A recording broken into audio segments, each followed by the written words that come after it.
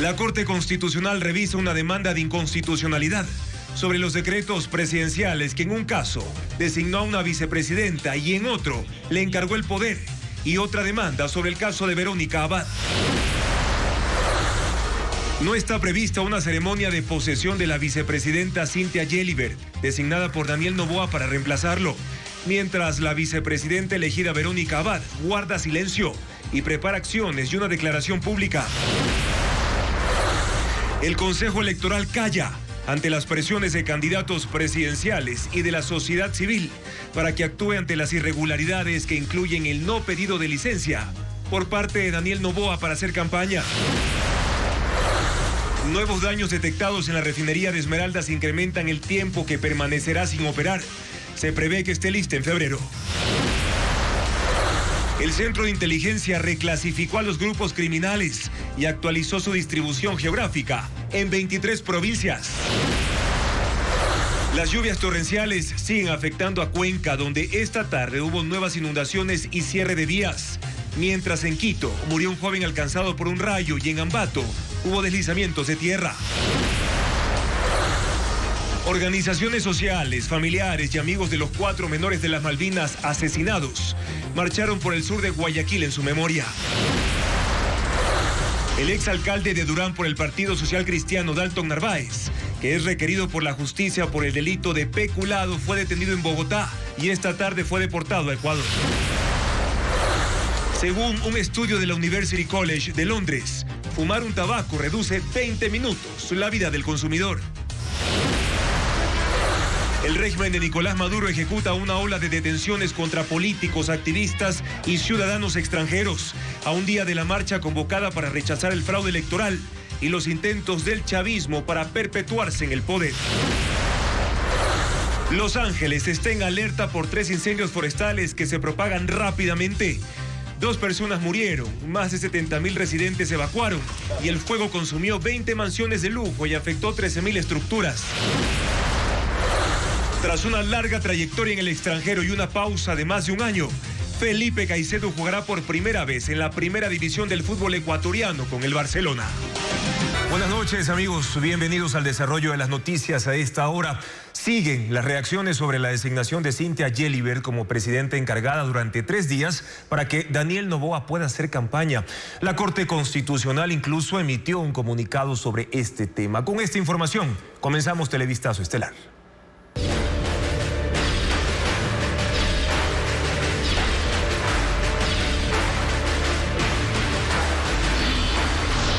Elecciones 2025. Anoche ingresó a la Corte Constitucional una demanda en contra de los decretos del presidente Daniel Noboa, en los que nombra a Cynthia Gelibert como vicepresidenta y luego le encarga temporalmente la presidencia de la República por un lapso de 3 días. En un comunicado, la Corte informa sobre esta y otras causas y aclara que no puede pronunciarse de oficio, sino solo a petición de parte. ¿Qué significa esto? Lo informa Jacqueline Rodas. Ante las denuncias de violaciones constitucionales por parte del presidente de la República, Daniel Noboa, y los exhortos para que la Corte Constitucional actúe, el organismo se pronuncia mediante un comunicado. La Corte aclara que no tiene potestad de actuar de oficio y tratar casos por su propia iniciativa, sino que resuelve las peticiones que son presentadas ante esta magistratura y siempre que sean de su competencia, que no es ajena a la realidad del país y cuenta con la firme resolución de priorización por parte del Pleno para atender oportunamente los temas. Luego informa sobre 6 causas de interés nacional que están en su conocimiento, entre ellas una demanda presentada anoche a las 22:38 por un abogado de nombre Gabriel Pereira. Él solicita a la Corte que declare la inconstitucionalidad de 2 decretos ejecutivos, el 494 y el 500, en los que Noboa nombra vicepresidenta a Cynthia Gelibert y luego le encarga la presidencia de la República hasta el domingo. Esta causa fue sorteada y recayó en la jueza Carla Andrade. La Corte además informó con la suspensión de la vicepresidenta en trámite en los despachos de los jueces Daniela Salazar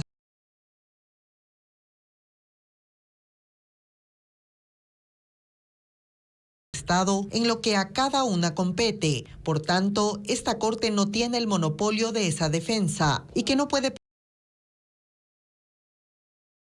sobre conflictos que en algún momento pueden llegar a la Corte.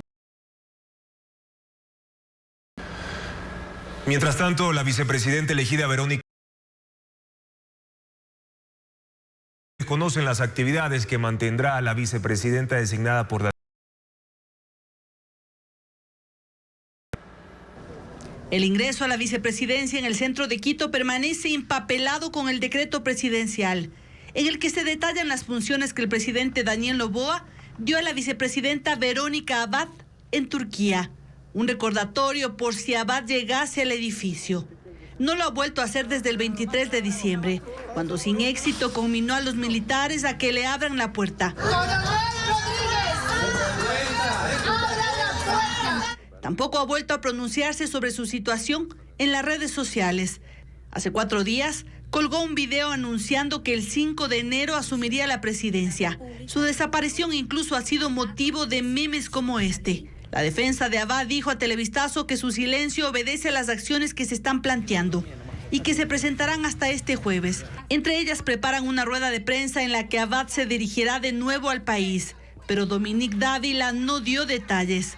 También en el entorno de Cynthia Gelibert hay hermetismo. Ella fue designada por el presidente Noboa para reemplazarlo desde este jueves a las 5 de la tarde. Según él, por motivos de fuerza mayor, es decir, ir a hacer campaña. Ella permanecerá en el cargo hasta el domingo 12 de enero a las 4:59 de la tarde. Según la Secretaría de Comunicación, no está previsto un acto oficial de posesión y dijo no tener por ahora la agenda que mantendrá este jueves. Los candidatos presidenciales insisten en su pedido al Consejo Nacional Electoral para que se pronuncie sobre la negativa inicial de pedir licencia por parte del presidente Noboa y su decisión de hacerlo solo desde el jueves hasta el domingo de esta semana. Patricio Díaz con más detalles de estos reclamos. Los candidatos presidenciales insisten en pedir un pronunciamiento al Consejo Electoral sobre la licencia del presidente Daniel Noboa. Esta mañana, Jorge Escala, candidato de Unidad Popular, le exigió actuar de oficio sobre un incumplimiento legal como no pedir licencia y señala directamente a la presidenta del organismo, Diana Tamaín. Ella estaría también cometiendo el delito o la vulneración de la norma, de la ley. A ella le corresponde no solamente estar vigilante, sino exigir el cumplimiento de la norma. Y desde nuestra condición de candidato le exigimos que haga respetar la ley. Ayer, Leonidas Issa, candidato de Pachacutic, cuestionó igualmente a la presidenta del CNE y demandó al resto de sus integrantes que actúen. No puede ser que ahora tengan, con el debido respeto a la Amazonía, a una señora Diana Atamaín como sierva utilizada de la oligarquía de este país. Eso no es democracia. Henry Cucalón, postulante a la presidencia por Construye, se manifestó ayer en el mismo sentido.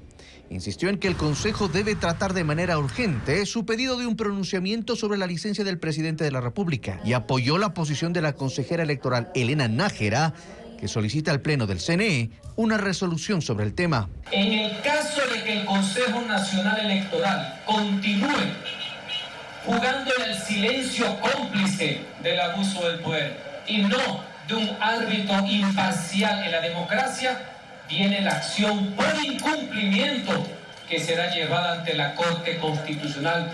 La presión sobre el Consejo Electoral también se produjo por parte de académicos y juristas. En su manifiesto hecho público este martes, dijeron que ese organismo sí tiene facultades legales para controlar el incumplimiento de la ley. Hasta ahora, los consejeros electorales no se han pronunciado acerca de la serie de cuestionamientos a su silencio sobre la licencia del mandatario por campaña.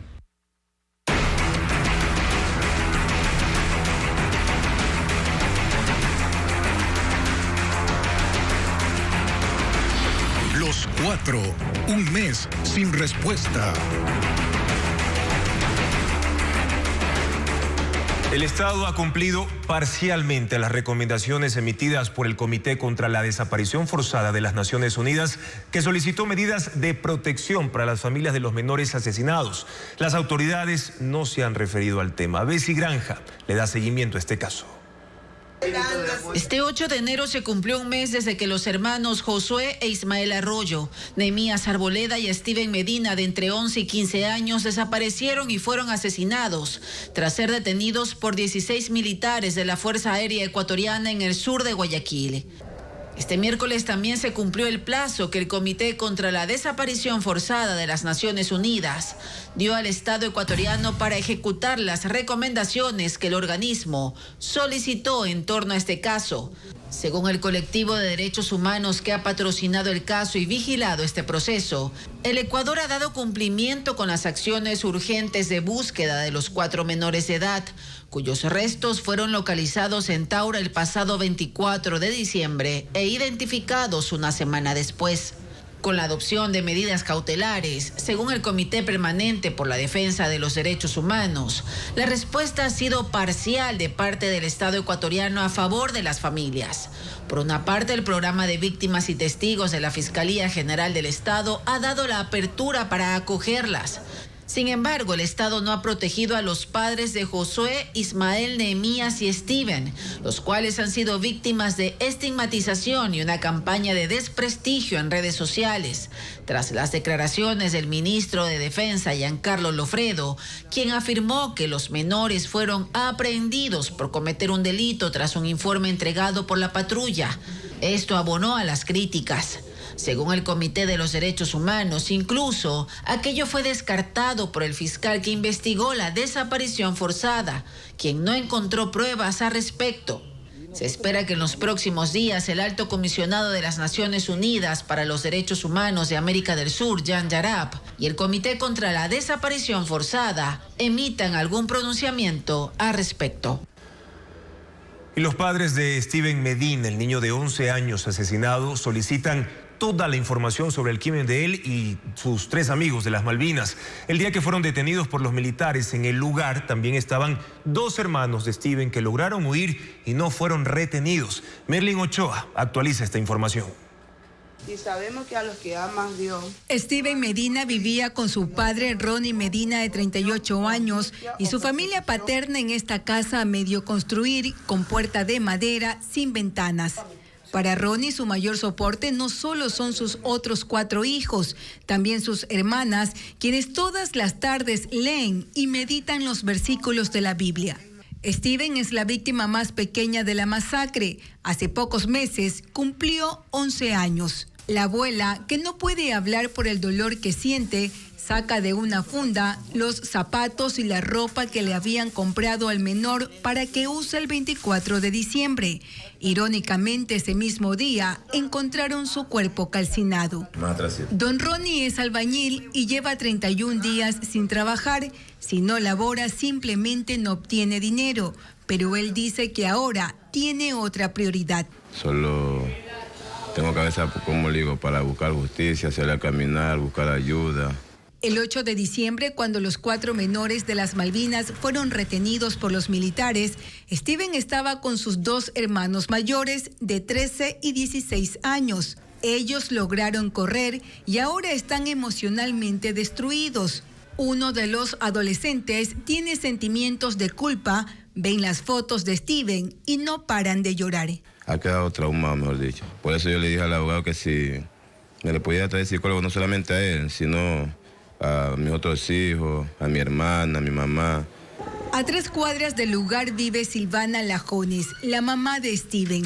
Ella constantemente visitaba a su hijo y aún guarda parte de su ropa.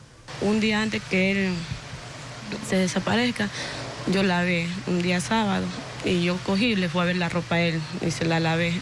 Y aquí se la tengo esperándolo que venga y nunca más volvió conmigo. Steven y sus 4 hermanos son parte de la Fundación Nueva Vida de la Arquidiócesis. Era seleccionado de fútbol y tenía muchos anhelos. Y me decía, yo mami, yo quiero ser futbolista, yo te voy a comprar una casa.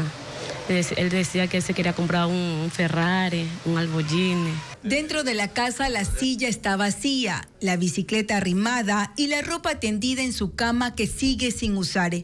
Sus padres se separaron hace 9 años, pero ahora los une la misma lucha: dar con los responsables y saber en qué circunstancias fueron asesinados Steven y sus amigos, pues un mes después siguen sin respuestas.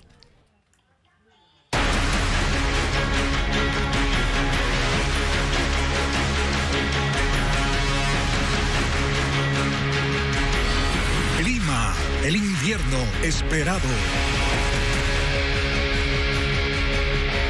Inundaciones, deslizamientos, crecida de ríos y cierre de vías fueron parte de las afectaciones que dejaron las fuertes lluvias que se presentan desde este martes en Azuay, Pichincha y también en la provincia de Tungurahua.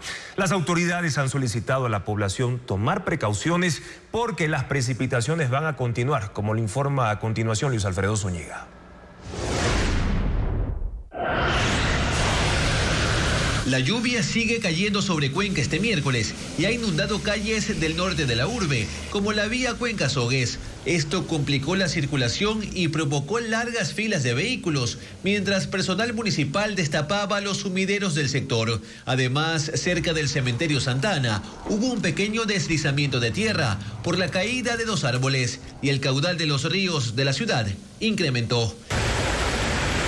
La intensa precipitación durante la tarde y noche del martes elevó el caudal del río Machangara.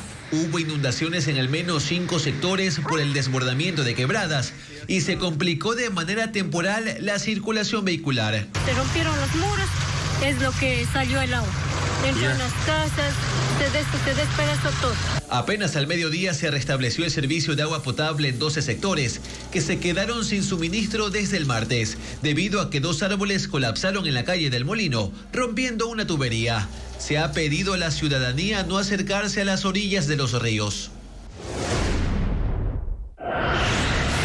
Las afectaciones también se dieron en Quito. La lluvia con tormenta eléctrica cubrió el norte, centro y sur de la urbe. Hasta las 8 de la noche del martes, según el ECU 911, hubo 8 alertas por inundaciones a viviendas en los sectores del Batán, el Inca y la Jipijapa. Además, el estacionamiento de un centro comercial en el norte se inundó. Así lo reportaron usuarios en redes sociales. En las calles hubo dificultades para la circulación vehicular. Así se observó en vías como las Naciones Unidas y la 6 de diciembre. Las precipitaciones causaron además cortes de luz, según informó la empresa eléctrica Quito, en el Valle de los Chillos y en el sur de la capital. Ambato fue de las ciudades más afectadas en la provincia de Tungurahua. Hubo un deslizamiento de tierra que obstaculiza la vía que une las parroquias Quizapincha y Pinyo, a la altura del Parque La Familia. Desde el ECU 911 se coordinó para ejecutar el levantamiento de los escombros y aún se trabaja en el sitio. La noche del martes se evidenciaron calles anegadas, como la avenida Bolivariana, por lo que se ejecutaron trabajos de limpieza para habilitarlas.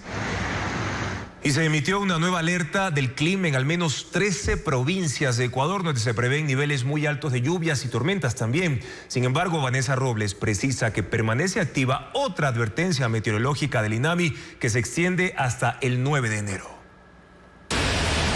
Pese a estar vigente la alerta por lluvias, tormentas y vientos en el país, el Instituto Nacional de Meteorología e Hidrología, INAMI, hizo un nuevo aviso para este miércoles 8 de enero.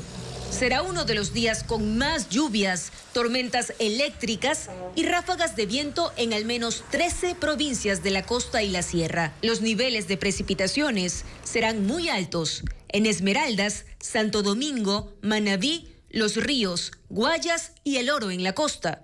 Mientras que en la sierra, Carchi, Imbabura, Pichincha, Cotopaxi, Bolívar, Azuay y Loja serán las más afectadas. Para la Amazonía se estiman niveles altos en las provincias de Sucumbíos, Napo, Pastaza, Zamora Chinchipe y Morona Santiago. Mientras que para la región insular habrá niveles medios de lluvias, principalmente en San Cristóbal y Santa Cruz. Asimismo, la entidad advierte incrementos del nivel de algunos ríos, riachuelos, lagunas y esteros, además de deslizamientos en estas provincias. Según el INAMI, se debe a la presencia de las ondas tropicales en Sudamérica y el calentamiento diurno. Los pronósticos de lluvias intensas en el país se mantienen vigentes hasta el 9 de enero. En Quito, la tormenta eléctrica que cayó la tarde de ayer dejó una víctima mortal. Se trata de un adolescente de 16 años que fue alcanzado por un rayo mientras retornaba a su casa. Sucedió en un puente peatonal. Carla Elgado amplía detalles de lo ocurrido. En el barrio La Argelia, al sur de Quito, aún hay consternación entre los testigos de la muerte de Esteban Ami, un joven de 16 años. Él falleció tras ser alcanzado por un rayo mientras cruzaba por este puente para ir a su casa. Venía del Colegio Central Técnico donde cursaba los últimos años de bachillerato. Eran las 3 de la tarde y en la zona se había desatado una tormenta eléctrica. Le dan los primeros auxilios y al ser una situación grave le trasladan inmediatamente al centro de salud de Chimbacalle, donde los galenos de turno le brindan los primeros auxilios, pero minutos más tarde confirman su deceso. El rayo cayó con tanta intensidad que dejó marcado en el cemento el punto en donde estuvo el estudiante. Cuando lo veo, ya lo veo tirado en el piso, porque ese rayo, ese estruendo que hizo, yo entré rápido al taller porque en verdad no sabía qué era lo que había pasado, pensaba que había caído en un transformador o algo. Esteban Ami vivió en el sector desde niño. Sus vecinos cuentan que era un chico responsable y de casa. La familia fue a la morgue la mañana de este miércoles y permaneció en silencio. El cuerpo de bomberos recordó hoy que 2 personas murieron en las mismas circunstancias del año pasado y formuló recomendaciones para evitar más tragedias. Cuando hay tormentas eléctricas, nosotros no deberíamos hacer actividades a cielo abierto. Debemos tratar de refugiarnos por lo general en estructuras que sean cubiertas y evitar usar equipos que tengan conexión eléctrica, teléfonos que se estén cargando, computadoras que estén conectadas a la red eléctrica. Un relámpago contiene alrededor de 15 millones de voltios, por lo que su impacto resulta devastador. Y en Estados Unidos, incendios forestales masivos están arrasando el área de Los Ángeles con una fuerza devastadora. Más de 13.000 estructuras quedaron destruidas, al igual que 10.000 hectáreas de vegetación. Por ahora se reportan 2 fallecidos, pero hay más de 70.000 evacuados. Merlis González con las imágenes de la emergencia.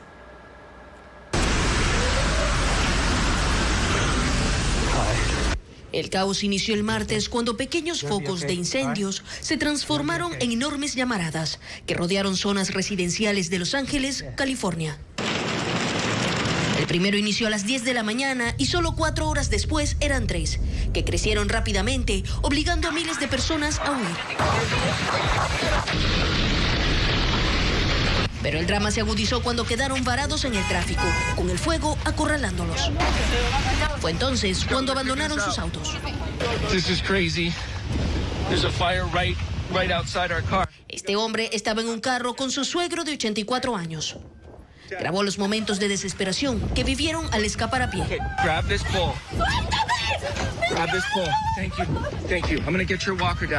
Más tarde las autoridades tuvieron que utilizar retroexcavadoras para apartar los vehículos y abrir paso a los bomberos. El incendio más extenso es el de Palisades, que ahora se extiende por lujosos barrios de Malibú, donde hay al menos 20 casas calcinadas. En Pasadena hay otro incendio activo. Obligó a evacuar a los pacientes de una residencia de adultos mayores en medio de la noche.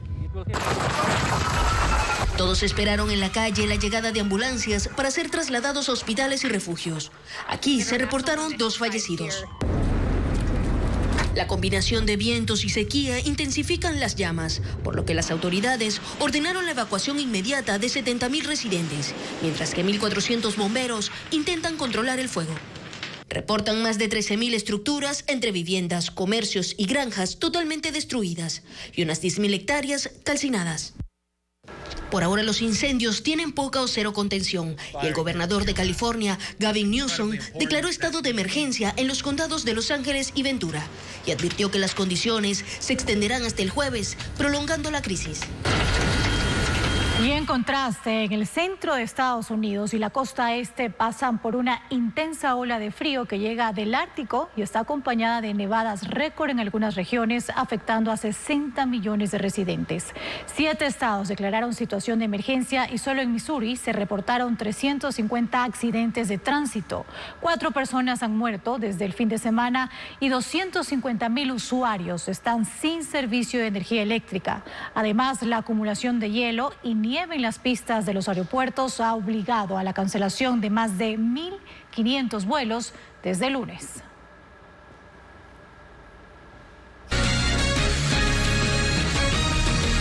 Fumar un tabaco diario reduce en promedio unos 20 minutos de vida, mientras que un paquete de cigarrillos equivale a perder 7 horas. Así lo revela un nuevo estudio hecho en Londres que expone el impacto del tabaquismo en la longevidad de las personas. Más detalles de este análisis y sus advertencias con Bessie Granja. Cada vez que alguien fuma un cigarrillo pierde minutos de su vida. mientras que consumir una cajetilla al día se lleva consigo 7 horas.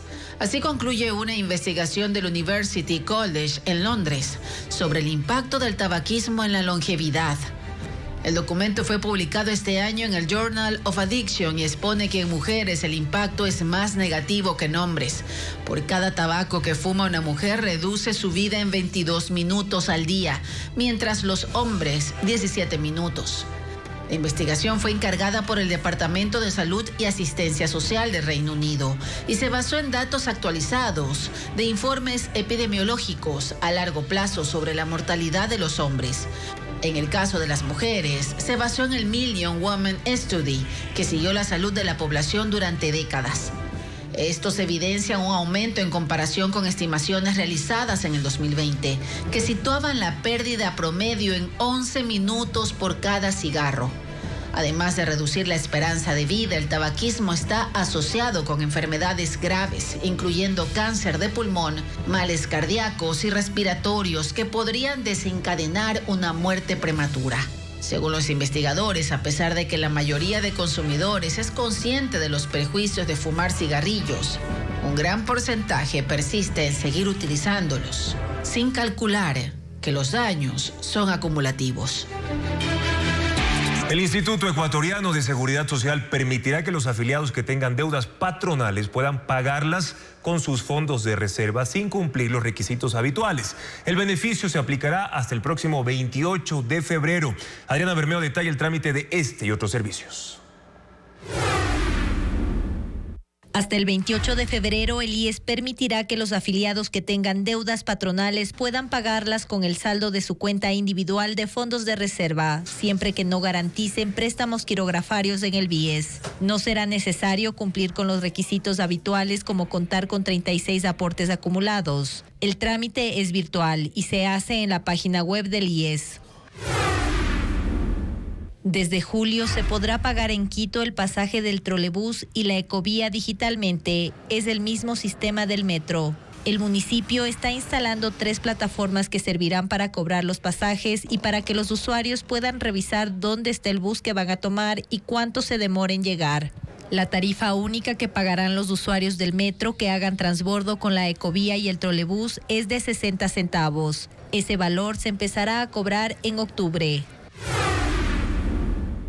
Para matrimonios civiles y uniones de hecho no se necesita sacar turno. El Registro Civil recordó en sus cuentas de redes que los ecuatorianos mayores de edad, solteros y sin hijos pueden casarse acudiendo a cualquiera de sus agencias sin cita previa. Se deben presentar los requisitos: cédulas de identidad y 2 testigos en el caso de matrimonios y el acta notarizada cuando se trata de uniones de hecho. Cada trámite cuesta $50. En Colombia fue detenido Dalton Narváez, exalcalde social cristiano de Durán, y fue enviado esta tarde a Guayaquil. El año pasado se emitió una orden de captura en su contra por el delito de peculado en los contratos de consultoría del sistema de conducción de agua en ese cantón de Guayas. Dalton Narváez llegó al aeropuerto de Guayaquil la tarde de este miércoles escoltado por agentes policiales. De la llegada al país del político social cristiano solo quedó constancia por estas fotos publicadas por el Ministerio del Interior, pues no salió por la sala de arriba utilizada comúnmente. Las autoridades locales no precisaron a dónde fue trasladado. El exalcalde de Durán, el cantón más peligroso del país, fue arrestado el martes en Bogotá, Colombia. La alerta llegó a la policía ecuatoriana desde la autoridad de migración del país vecino, detallando que el exfuncionario buscaba viajar desde el aeropuerto de El Dorado a Lima, Perú. El Ministerio del Interior emitió un comunicado sobre las gestiones que se realizaron para deportarlo al país. Fue una operación coordinada entre la Subsecretaría de Migración de esta cartera de Estado y el Grupo contra el Crimen Organizado de la Policía con las autoridades colombianas. Al aeropuerto acudieron la esposa y el abogado de Narváez, Raúl Valverde, quien detalló las acciones que tomará la defensa. Lo están devolviendo de un país extranjero a nuestro país, donde existe una boleta de prisión preventiva que seguramente se la va a hacer efectiva recién acá. Pero él no tiene orden de extradición, no tiene difusión roja, entonces ahí hay un vacío jurídico que hay que resolverlo en una audiencia. Narváez fue puesto a órdenes de la justicia para cumplir con la prisión preventiva ordenada por un juez penal de la Corte Provincial del Guayas en abril de 2024, cuando se inició un proceso por el delito de malversación de fondos públicos en contratos de consultoría relacionados al sistema de conducción de agua en el sector del Chobo, que abastece al Cantón Durán. La investigación inició en 2019 tras un informe de la Contraloría General del Estado que auditó dicha contratación y la Fiscalía determinó un perjuicio al Estado por más de 37 millones de dólares. En esta causa se encuentra también investigada la exalcaldesa y actual asambleísta Alexandra Arce, junto a otras 17 personas.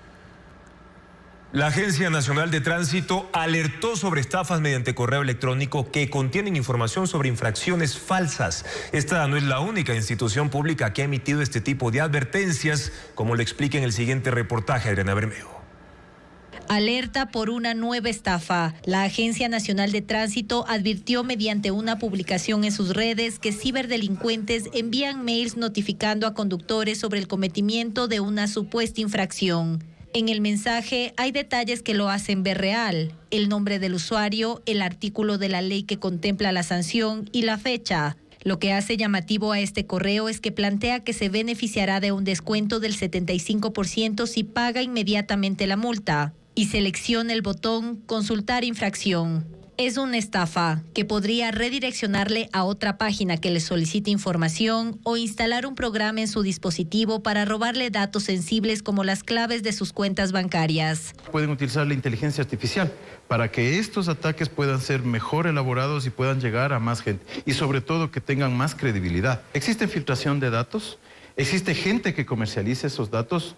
Esta no es la única institución pública que ha emitido alertas. El SRI advirtió que mediante correos electrónicos falsos, tomándose el nombre de la entidad, se robaba información personal. Usuarios también han recibido mensajes supuestos del servicio postal sobre la entrega de paquetes. Igual les piden hacer un clic en un link. Ninguna institución pública solicita información de forma virtual y en el caso de la ANT no notifica de infracciones de tránsito ni multas, porque las entidades encargadas de esas sanciones son las agencias de cada ciudad.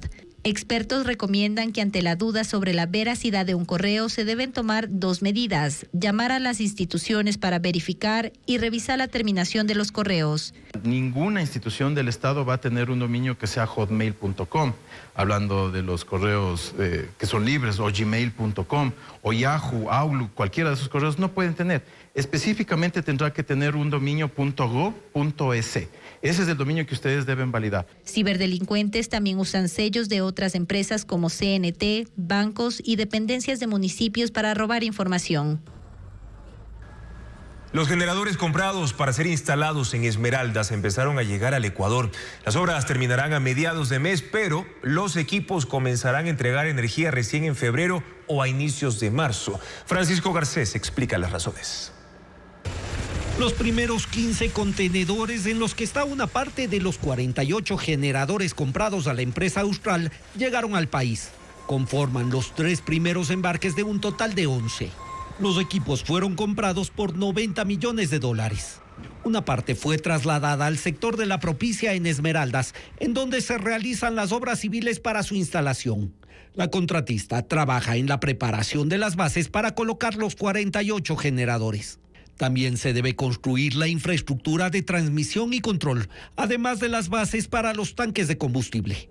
Según la planificación de la empresa, la mayor parte de ese trabajo deberá estar listo en las próximas 2 semanas.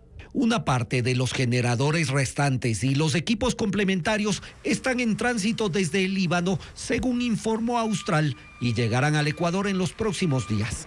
El contrato de compra de esos equipos fue firmado el 9 de agosto pasado. Según el Ministerio de Energía, los generadores tenían que estar en funcionamiento en diciembre y, según la contratista, en enero.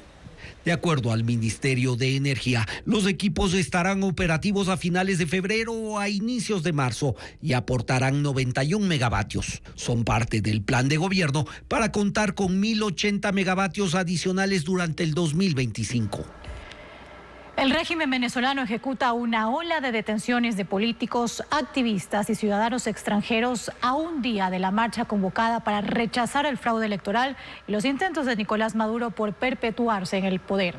Maduro ha activado a las Fuerzas Armadas y la policía para, según él, defender la paz. La oposición venezolana se alista para una manifestación en Caracas este jueves, una demostración de inconformidad ante la tercera posesión consecutiva de Nicolás Maduro el 10 de enero. Y al mismo tiempo denuncian una nueva ola de persecuciones contra políticos, activistas y otros ciudadanos. El partido Voluntad Popular condenó la detención del ex candidato presidencial Enrique Márquez, quien en su momento denunció un fraude. La ONG Un Mundo Sin Mordaza advierte que se trata de una desaparición forzada ejecutada por agentes del Estado. Así también fue detenido el activista defensor de la libertad de prensa Carlos Correa, el yerno del opositor Edmundo González y 7 ciudadanos extranjeros que, según Nicolás Maduro, pretendían ejecutar atentados en Venezuela. ¡Atención! Maduro ha activado los que llama órganos de dirección integral, una combinación de grupos de reservistas armados a los que ayer entregaron fusiles, junto a Fuerzas Armadas y la policía, reforzando los operativos de seguridad que han desplegado incluso en los accesos a Caracas, que ahora están militarizados. Las tensiones en Venezuela van en aumento, así como las gestiones internacionales del opositor Edmundo González en busca de respaldos. Reclama para sí la presidencia, luego de haber mostrado las actas de escrutinio que validan su triunfo en las elecciones de julio. Actas que hoy entregó al gobierno panameño para que permanezcan bajo su custodia. Fue durante un encuentro en el que participaron como testigos algunos expresidentes latinoamericanos y otras autoridades como la canciller ecuatoriana Gabriela Sommerfeld. Tuvo también una reunión con el presidente Mulino. Ahí dijo que la estabilidad democrática regional depende de la suerte de Venezuela. Y a pesar de tener una orden de arresto en su país, ha prometido regresar a Caracas el viernes para tomar el poder. Mientras que la líder de oposición, María Corina Machado, asegura que en las próximas horas el régimen de Maduro puede aumentar la represión para intimidar al pueblo. Mientras tanto, el presidente de Colombia, Gustavo Petro, dijo que las elecciones en Venezuela no fueron libres y que no asistirá a la investidura de Nicolás Maduro el viernes. En un texto publicado en X, Petro alegó que su solicitud de transparencia en los comicios no fue atendida, aunque también responsabilizó al bloqueo internacional. El mandatario aclaró que no romperá relaciones con el gobierno venezolano ni intervendrá en los asuntos internos. Sin embargo, pidió la liberación de los opositores detenidos en las últimas horas y de todos los presos políticos. La presidenta de México y la primera ministra de Dinamarca respondieron al presidente electo de Estados Unidos sobre sus aspiraciones expansionistas, como la idea de renombrar al Golfo de México y comprar la isla de Groenlandia. Las declaraciones de Donald Trump tuvieron eco también en el actual gobierno y en el Congreso estadounidense. Donald Trump ha puesto la mirada en México, en lo comercial pensando en un incremento de aranceles, en la migración con el cierre de la frontera, en seguridad por los carteles de las drogas y el tráfico de fentanilo, y ayer pensando en cambiarle el nombre al Golfo de México por Golfo de América. Hoy la presidenta Claudia Sheinbaum respondió con sarcasmo y mostrando un mapa de 1607 sugirió otra idea: mantener para todo el territorio norteamericano el nombre que aparece en ese mapa. ¿Por qué no le llamamos América Mexicana? Se oye bonito, ¿no? El Golfo de México señaló que es así como se lo reconoce a escala global. Sobre Groenlandia, la isla más grande del mundo, que es una nación constitutiva del Reino de Dinamarca, Trump ha mostrado interés en comprarla. Es un territorio en el Ártico, rico en recursos naturales y de importancia estratégica por su ubicación respecto de Europa y de Rusia. Trump dijo que no descartaba presionar militar o económicamente para tomar control, y su hijo, Donald Trump Jr., hizo ayer un viaje relámpago a Nuuk, la capital. La primera ministra danesa dijo que es bueno que Trump se interese por la seguridad en esa parte del planeta, pero que debe tener respeto por la población de la isla y mantener la cooperación internacional con Dinamarca en la Alianza Militar Atlántica, la OTAN y otros foros internacionales. El secretario de Estado de Estados Unidos, Anthony Blinken, destacó que les va mejor cuando trabajan cerca de sus aliados y no diciendo o haciendo cosas que perturban la relación. Y añade: dicho esto, la idea expresada sobre Groenlandia obviamente no es buena, pero tal vez lo más importante es que obviamente no va a suceder. Y en el Congreso, el líder del Partido Demócrata en la Cámara de Representantes, Hakeem Jeffries, dijo que el pueblo no los pone en Washington para invadir Groenlandia, cambiar el nombre al Golfo de México o apoderarse del Canal de Panamá, sino para trabajar por el bienestar de los estadounidenses, señaló. Los restos del expresidente de Estados Unidos, Jimmy Carter, son velados en el Capitolio y se alistan funerales de Estado previstos para mañana y el viernes en la Catedral Nacional en Washington. El féretro, cubierto por la bandera nacional, permanece expuesto en la rotonda, justo bajo la gran cúpula del edificio donde se ha levantado una capilla ardiente. Ahí recibe la visita de centenares de personas y altos funcionarios de gobierno han rendido tributo al exmandatario fallecido el 29 de diciembre a la edad de 100 años. Una de las ferias tecnológicas más importantes del mundo se lleva a cabo en Las Vegas, Estados Unidos. El evento presenta las últimas innovaciones y dispositivos con inteligencia artificial.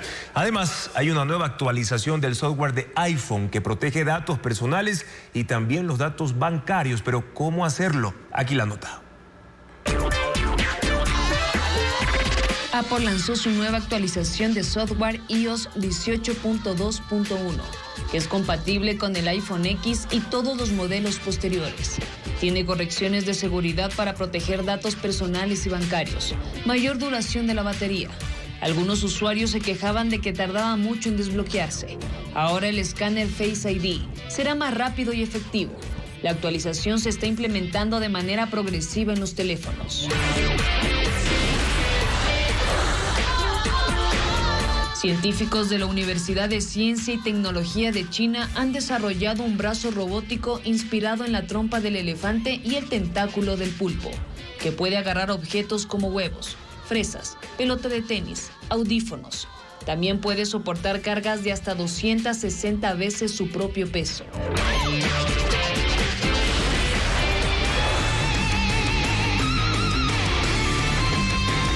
En Las Vegas, Estados Unidos, se desarrolla la Feria Tecnológica CES, con 4.000 expositores que presentan las últimas innovaciones y dispositivos con inteligencia artificial, entre ellos los proyectores triplegables, con una resolución de 720 píxeles y una batería que dura 2 horas, una guitarra que permite a cualquiera comenzar a tocar y cantar, sillones de masajes para tratar dolores musculares, robots de todo tipo, electrodomésticos inteligentes y novedades en gafas, relojes y teclados.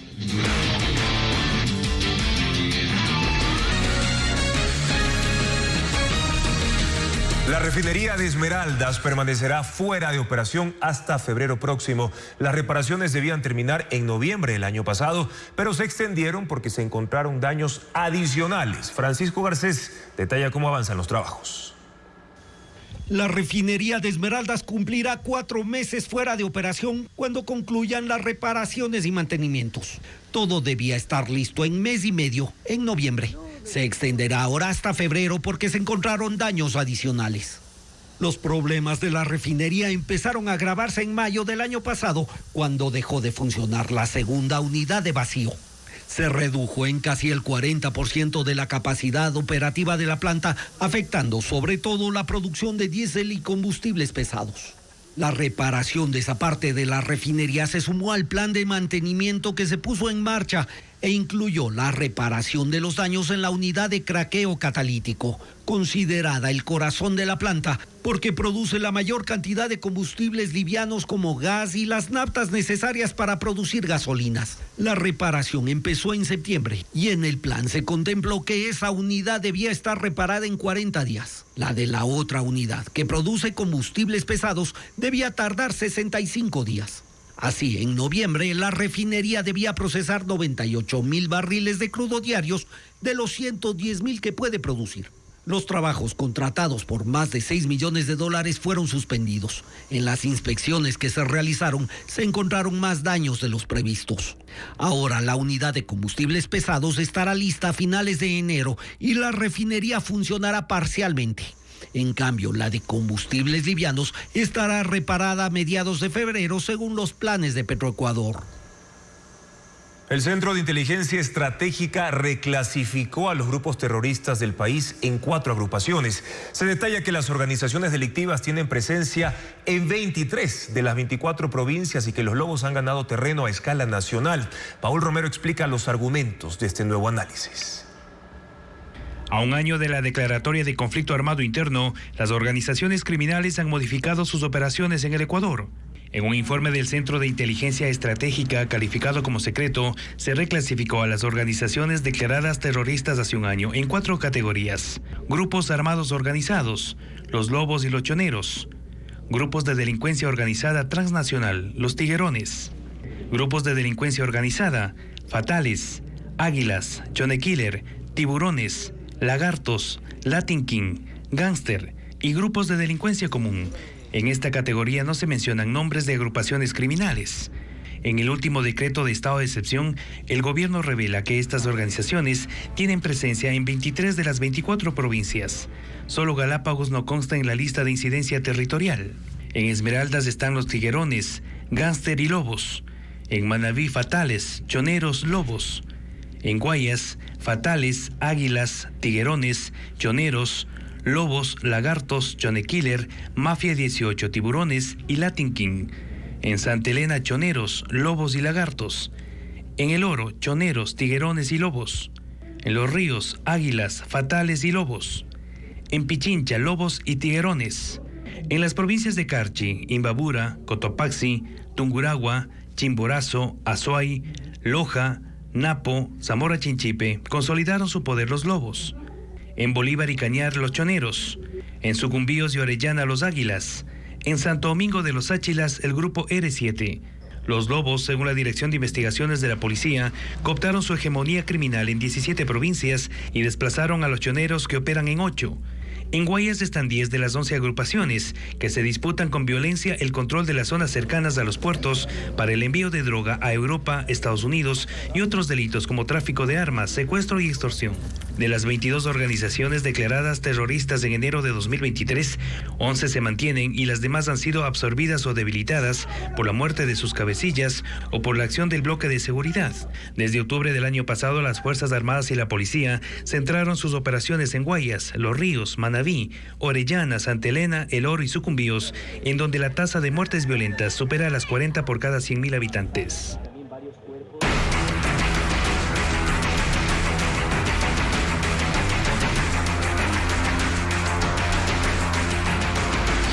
Los 4, un mes sin respuesta. En el sur de Guayaquil se organizó una manifestación pacífica tras cumplirse un mes de la desaparición y asesinato de los 4 menores de las Malvinas. Saludamos ahora a Bessie Granja, quien cubre la concentración. ¿En qué punto exactamente te encuentras, Bessie, y quiénes participan de esta actividad? ¿Qué tal, Juan Carlos y amigos televidentes? Estamos en el sur de Guayaquil, en la avenida principal 25 de julio, donde llegó la manifestación en memoria de los 4, Josué, Ismael, Steven y Nehemías. Hasta aquí llegaron colectivos, familiares, amigos, organizaciones sociales para honrar la memoria de los 4 adolescentes que desaparecieron y fueron asesinados justamente luego de que una patrulla militar, justamente en este punto donde mi camarógrafo está haciendo las imágenes de este chigualo. Este chigualo es propio de la cultura afroecuatoriana y es para honrar la memoria de un niño que ha muerto. La memoria de Ismael, Steven, Saúl y Josué. Allí justamente están sus imágenes, cada una de las edades de cada uno, y también rosas blancas y velas que se han colocado en el piso. También manos de pequeños y fotos de los adolescentes que que desaparecieron y fueron asesinados. Recordemos que sus restos fueron localizados el pasado 24 de diciembre y una semana después se identificaron los restos que fueron localizados en la localidad de Taura, en la provincia de Guayas. Esta manifestación avanzó por algunas calles del barrio de las Malvinas, ese sector que vio crecer a los menores de edad. Y justamente estamos con el padre de Josué e Ismael, los hermanos Arroyo. Recordemos que esta manifestación fue también convocada por familiares y Luis Arroyo, cuál justamente es el pedido. Perdón. De esta manifestación, el objetivo de la manifestación. El objetivo de la manifestación, buenas noches, Dios les bendiga, es que se haga justicia, limpiar la honra de nuestros 4 niños que fueron asesinados por estos 16 militares, de esa manera tan horrorizante, con tanta hazaña, que lograron hasta quemarlos. Entonces queremos justicia, todo el pueblo ecuatoriano quiere justicia, esto no es politizado, estamos reclamando nuestros derechos de nuestros hijos, queremos que se haga justicia y que el presidente se pronuncie y tome las sanciones pertinentes para que sancionen a estos 16 militares. Eso queremos nosotros los familiares, justicia. Perfecto, y justamente esta convocatoria fue hecha por ustedes, pero también por vecinos, amigos y colectivos. Sí, por amigos, por vecinos, por el grupo afrodescendiente que está con nosotros, el grupo CDH también que está con nosotros apoyándonos, todo el pueblo ecuatoriano está apoyando esta causa que estamos viviendo nosotros. Entonces queremos justicia, que todo sea transparente y que nos den un informe forense de cómo fallecieron nuestros hijos, si fueron torturados, fueron baleados, no sé, muchas cosas que se me vienen en la cabeza, porque no tenemos clara una información forense todavía. Queremos saber qué día fallecieron también. Entonces queremos que sea todo transparente y que se haga justicia más que todo con estos 16 militares. Como escuchamos a Luis Arroyo, el papá de Josué e Ismael, de 14 y 15 años, es el pedido realmente de toda la familia, pero también de quienes se desplazaron por las calles del sur de Guayaquil, de las Malvinas, y llegaron hasta aquí, hasta la avenida 25 de Julio, como ya lo decíamos, para realizar un plantón pacífico. Cerca de 3 horas ha durado esta actividad y aún las familias continúan aquí. Nosotros seguiremos informando en los próximos noticieros sobre la jornada de hoy, con un pedido de justicia por los 4 menores de Guayaquil. Es lo que podemos informar a esta hora. Buenas noches. Ahora les presentamos la historia de Johanna Arboleda, madre de Nehemías, uno de los 4 menores asesinados. Vive en extrema pobreza y ha perdido su trabajo porque dedica todo su tiempo al proceso judicial. Merlín Ochoa conversó con ella y preparó el siguiente reportaje. En una de las esquinas del barrio popular Las Malvinas, en el sur de Guayaquil, hace falta uno. Nehemías Saúl, uno de los 4 menores asesinados. Johanna Arboleda, de 38 años, es madre soltera. Su soporte son sus hijas de 6 y 17 años, pero con lágrimas de dolor, relata que nunca olvidará a su hijo, quien fue retenido por los militares el 8 de diciembre. 2 días después, el 10, cumplió 15 años. En su mente no solo la aniquila su ausencia, también el pensar en el sufrimiento que vivió su hijo durante las últimas horas de vida. Él me quería muchísimo y él siempre, cuando yo le hablaba, llega temprano, sí mami, y antes que se vaya la luz yo llego.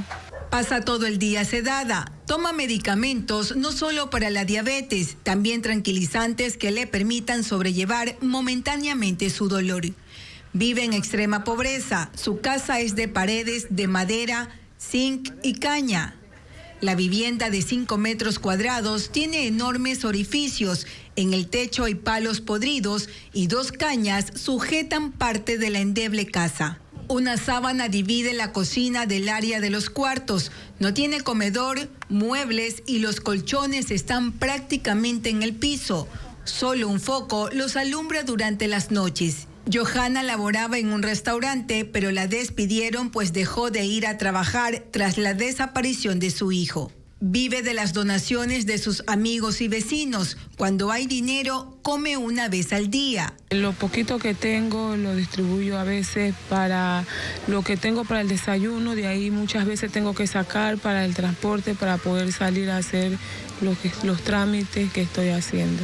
Parte de su familia está en Esmeraldas. Algunos viajaron 12 horas para acompañarla en el luto, pero solo se quedarán hasta el viernes. Ellos prefieren quedarse con el mejor recuerdo de Nehemías, su campeón. Yo recuerdo que él corría, le gustaba jugar, le gustaba salir a jugar con sus amiguitos aquí en el barrio. Nehemías cursaba el 10º año del colegio. Su madre mantiene intactos sus uniformes, cuadernos, maleta y ropa. De él tiene muy pocas fotos, pero guarda en su celular un video musical en el que actuó, aunque ella dice que la verdadera pasión de su hijo era cantar y ser futbolista. Aspiraciones que fueron apagadas el día de la masacre. Y en menos de un mes las Fuerzas Armadas protagonizaron hechos que marcaron la agenda del país. Hay incertidumbre en los oficiales y en la tropa por las consecuencias de las decisiones tomadas por el alto mando. Paul Romero con el informe. Las Fuerzas Armadas están en la mira de la sociedad civil. Las repercusiones sobre la participación de una patrulla militar en la desaparición de los 4 niños en las Malvinas el 8 de diciembre, que días después aparecieron muertos y calcinados, desataron tensiones internas y cuestionamientos externos. Esta situación creció tras las declaraciones del ministro de Defensa Giancarlo Lofredo en cadena nacional sobre la jueza que investiga el caso y a los organismos de derechos humanos que criticaron el procedimiento militar. El contenido de la cadena grabada en la sala del Comando Conjunto a las 17:30 de este lunes, a la que convocaron a los militares que trabajan en el Ministerio de Defensa y el personal administrativo, no fue conocido por todo el Consejo de Generales y Almirantes de las Fuerzas, integrado por 41 oficiales. Militares consultados por Televistazo dijeron que conocían de las disculpas públicas que Lofredo tenía que ofrecer a los familiares de los niños asesinados por disposición judicial, pero que les sorprendió la advertencia del ministro, que dijo estar decidido a ir hasta las últimas consecuencias para que la jueza sea sancionada.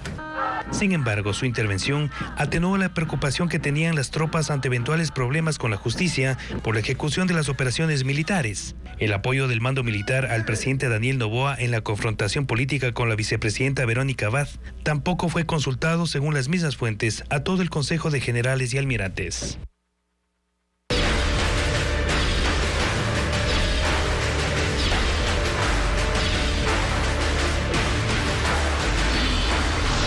Elecciones 2025. Hoy la campaña electoral de algunos candidatos a la presidencia de la República se concentró en Guayaquil y Quito. Organizan caravanas y caminatas por mercados y sectores populares también en busca de votos. Diego Cuenca describe las actividades proselitistas.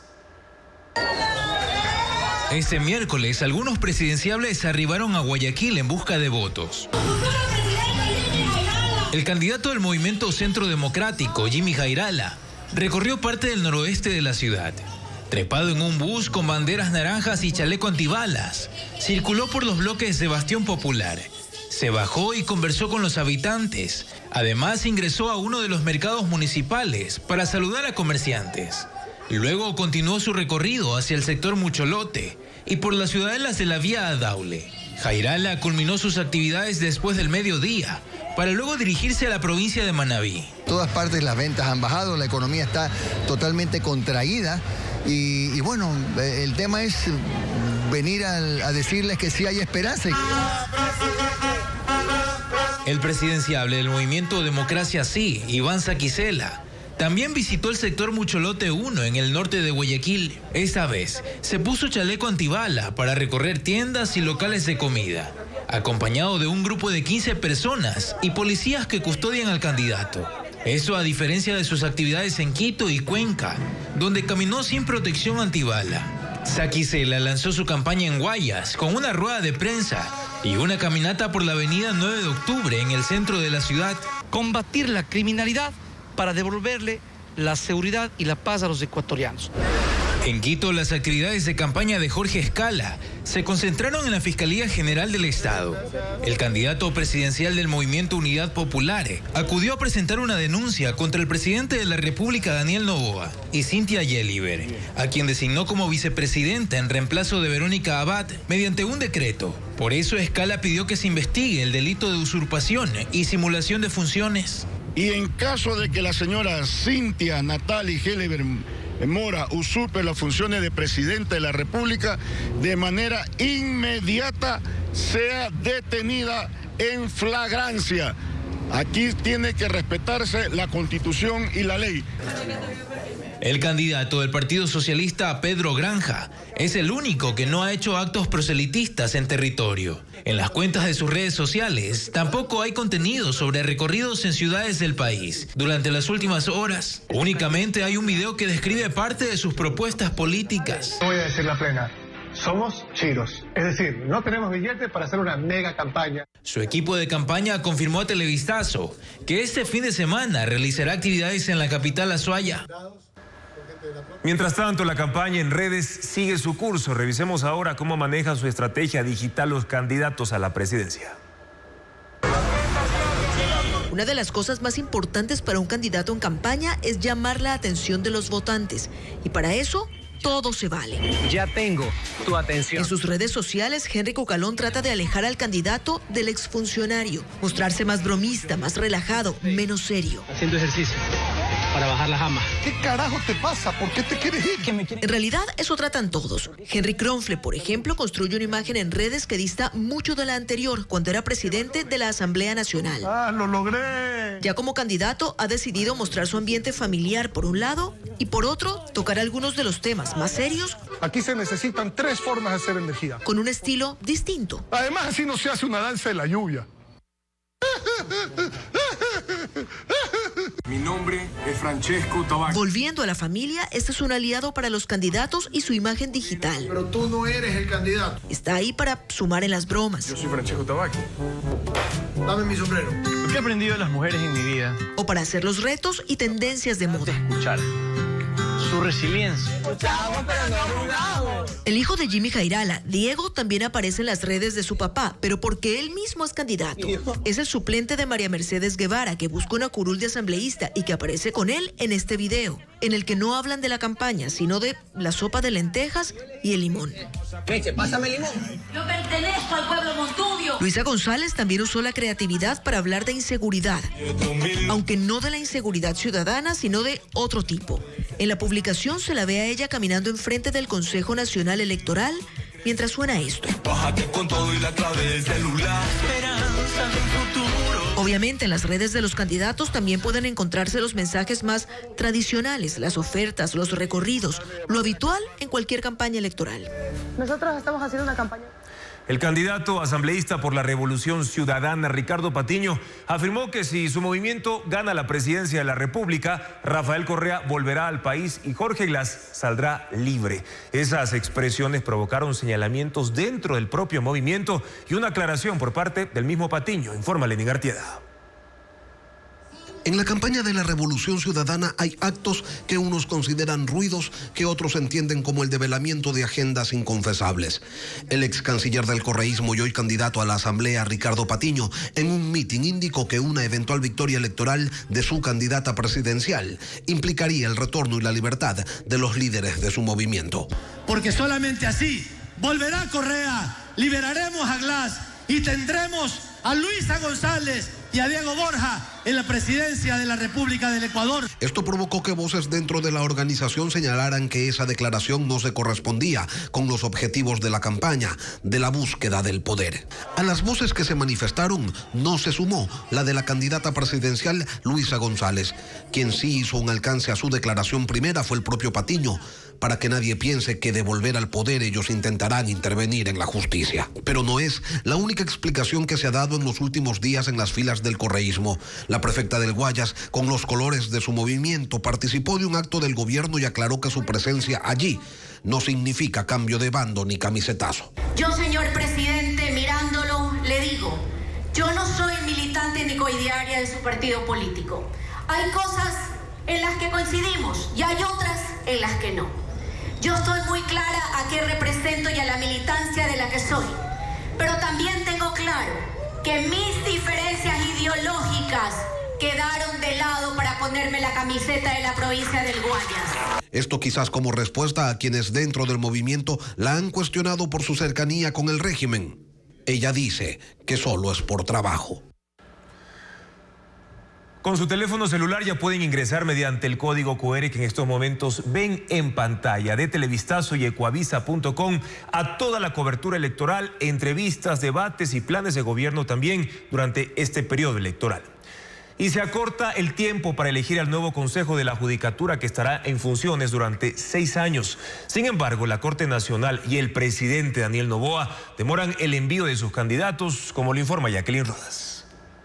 El próximo 29 de enero, el Consejo de la Judicatura, conformado por Mario Godoy como presidente, los vocales Solanda Goyes, Mer Benavides y Yolanda Yupangui, termina su periodo y ese día debe ser reemplazado por nuevos vocales. Pero el proceso de selección está retrasado. El 31 de diciembre venció el plazo para que la Asamblea, la Fiscalía, el Defensor Público, la Corte Nacional y el Ejecutivo envíen sus candidatos. La Corte y el presidente Daniel Noboa aún no lo han hecho. El primer mandatario estará con licencia por campaña electoral desde este jueves a las 5 de la tarde. Si hasta esa hora no envía su terna, lo hará Cynthia Gelibert. Noboa, mediante decreto, le encargó la presidencia, aunque Verónica Abad sigue siendo vicepresidenta. Daniel Noboa puede seguir demorando el envío de la terna hasta el 12 de enero, cuando termina su licencia. Mayor atención genera la terna que debe enviar la Corte Nacional de Justicia, porque de ahí, según la Constitución, saldrá el presidente del Consejo de la Judicatura.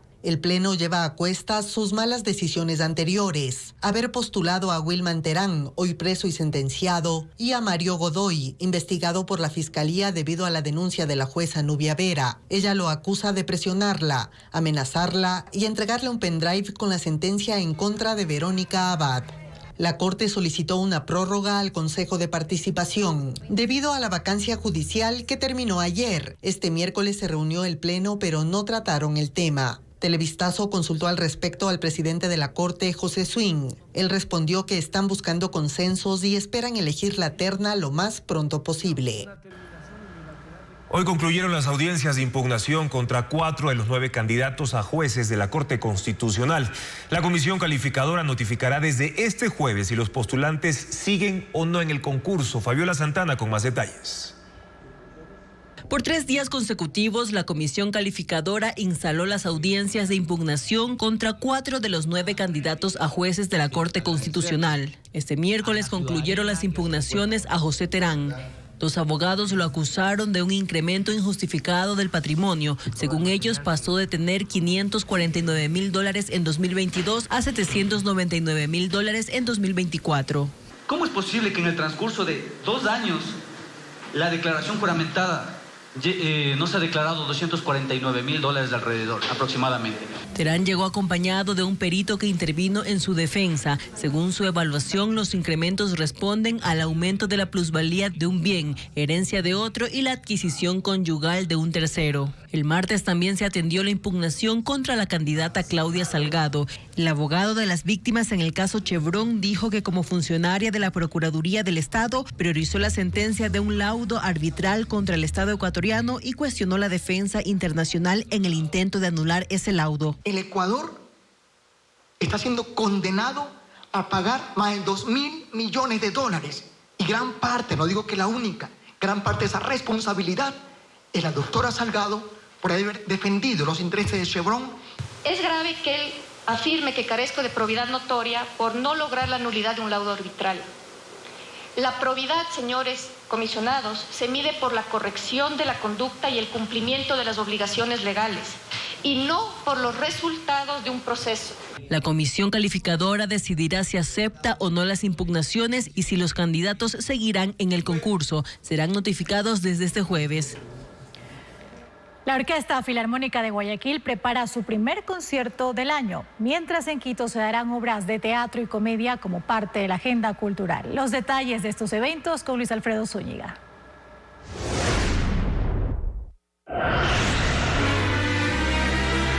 El Teatro de la Asociación Humboldt en Quito será el lugar en el que este sábado 11 de enero a la 1 de la tarde se proyectará la transmisión en vivo de un concierto de la Filarmónica de Berlín desde Alemania. El evento se denomina Digital Concert Hall y se interpretarán 5 piezas musicales, incluyendo la Sinfonía número 1 de Gustav Mahler, que estará dirigida por el maestro ruso Tugan Soyev. En el evento también se interpretará el recién compuesto concierto para viola del surcoreano Dong Hun-shin. La entrada es gratuita. Ese se le reconoce hasta en el Happy Birthday. Arrecho Ecuador es un show en el que, mediante el humor, el actor Daniel Machado aborda el orgullo que siente un ecuatoriano por su nacionalidad. El evento promete divertir a los asistentes, haciendo un paseo por la historia, música, deportes y jergas de la costa y sierra ecuatoriana. O sea, es un lujo. El evento se presenta en el Centro Cultural Casa Toledo de Quito, del 9 al 12 de enero.